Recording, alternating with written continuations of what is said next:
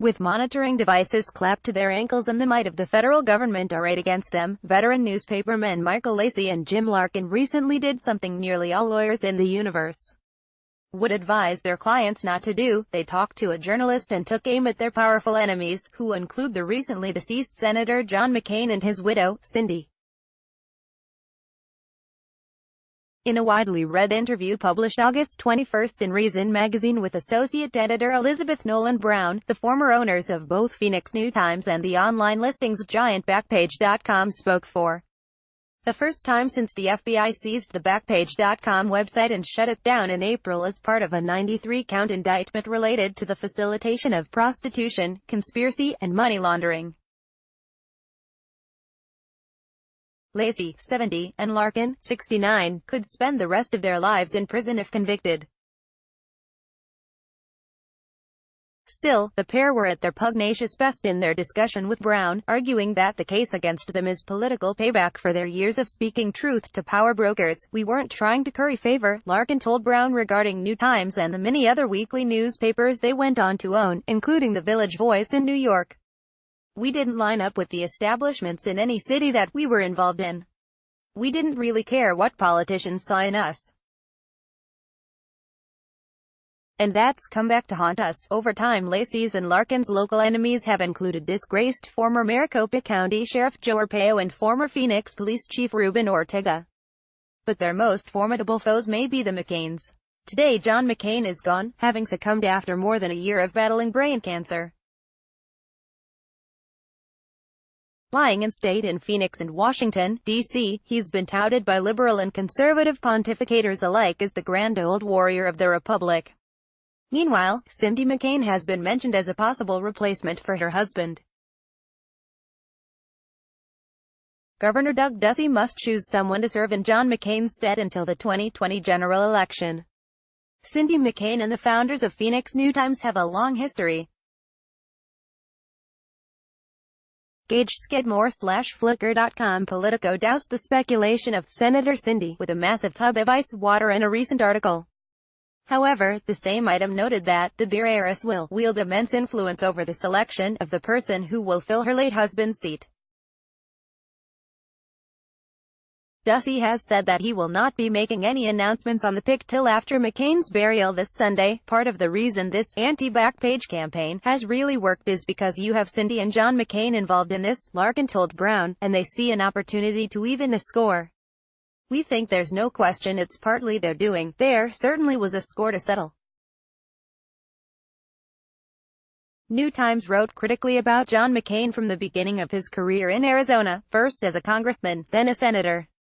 In the late 80s, New Times columnist Tom Fitzpatrick skewered McCain as the most reprehensible participant in the Keating Five scandal, wherein McCain and 4 other senators attempted to influence government regulators in favor of real estate swindler Charles Keating, one of McCain's most influential financial backers. Over the years, New Times reporters unraveled the national press's love affair with the senator and detailed the money John McCain took from donors with business before the Senate.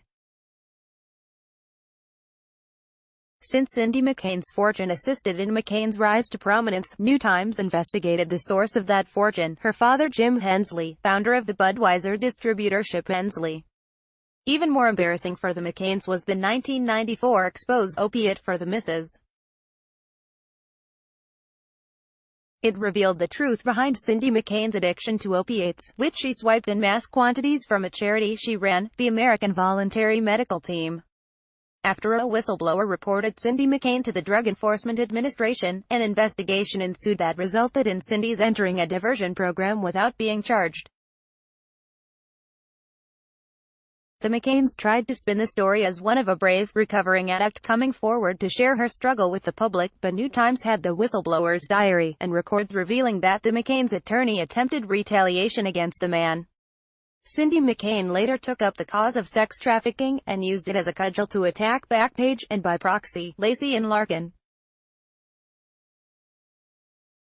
She now serves as co-chair of Governor Ducey's Human Trafficking Council and has made human trafficking a focus of her husband's signature nonprofit, the McCain Institute for International Leadership, where she sits on the organization's Human Trafficking Advisory Council, hosts forums on the topic, and supports research into the issue. Cindy McCain has written op-eds and testified before Congress about Backpage. She's tweeted out statements accusing Backpage of hiding behind free speech in order to sell kids for sex. And when Lacey and Larkin were subpoenaed to testify at a hearing on Backpage's business practices before the U.S. Senate's Permanent Subcommittee on Intelligence, Cindy McCain was in the audience as Lacey and Larkin and others were pilloried by various senators, including Cindy's husband. The feds employed the tactics of shock and awe when they arrested Lacey and Larkin in April, despite the fact that attorneys for both men had previously offered to have their clients turn themselves in. FBI agents descended on Lacey's Phoenix home en masse with guns drawn to take him into custody. Lacey told Brown that his mother-in-law was staying over at the time, and that an FBI agent held her at gunpoint till she stepped from the shower. The feds popped Larkin after he arrived on a flight back to the U.S. from Scotland. Both Cindy and John McCain tweeted out their approval of the government's actions. Though the senator was battling brain cancer, Cindy McCain spoke by video with the Arizona Republic to do her version of a victory lap. "I'm sorry that it came to this," she said. "We had tried to work with Backpage for many years, and we could never get through to them." Lacey and Larkin's arrests came even though, thus far, federal and state courts have consistently ruled that the law is on Backpage's side. Judges have cited both the First Amendment and Section 230 of the Communications Decency Act, which holds websites harmless for third-party content posted to the sites by others, in making rulings in Backpage's favor. In his conversation with Reasons Brown, Lacey called their case the biggest free speech battle in America right now. One theme of the Reason article is the increasing conflation of sex trafficking and prostitution by advocates such as Cindy McCain, who, according to the Republic, called Lacey's and Larkin's arrests a good day in the fight against sex trafficking. As opposed to prostitution, normally a local crime involving consenting adults, sex trafficking involves making someone participate in commercial sex through force, fraud, or coercion. Minors taking part in commercial sex are automatically considered victims of sex trafficking under federal law, but prosecutors did not hit Lacey and Larkin with federal sex trafficking charges.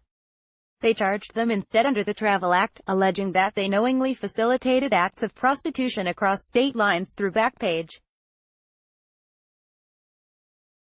Crucially, neither Lacey nor Larkin is alleged to have had any involvement in actual transactions involving the sex trade. Former California Attorney General Kamala Harris twice brought pimping charges against both men in state court, only to have two separate judges toss them. Rather, lawyers for the government contend that the adult advertisements that Backpage featured, in addition to ads for things like apartment rentals and yard sales, were obviously for illicit sex, and that Backpage worked to generate as much prostitution advertising as possible.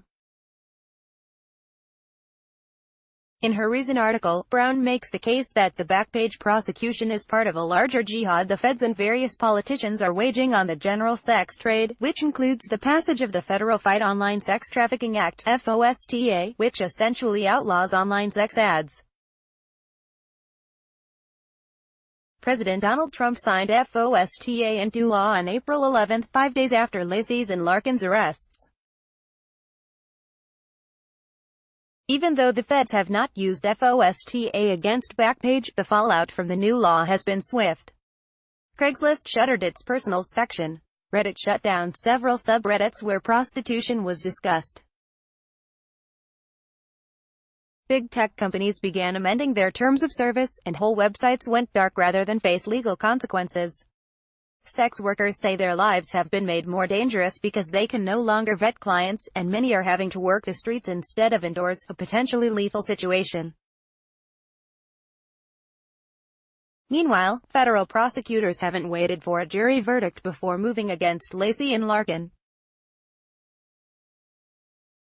The men were wealthy long before Backpage was conceived in 2004 as a way to compete with Craigslist, which by the early 2000s had siphoned off much of the revenue newspapers enjoyed from classified advertising. But the recent article details how prosecutors have frozen their assets, placed liens on their property, and seized almost anything of value they or their spouses own. Additionally, the feds want the duo's attorneys disqualified because, they argue, the same lawyers once defended former Backpage CEO Carl Ferrer, to whom Lacey and Larkin sold the site in 2015 and who has already pleaded guilty to charges of money laundering and conspiracy to facilitate prostitution and agreed to testify against Lacey and Larkin.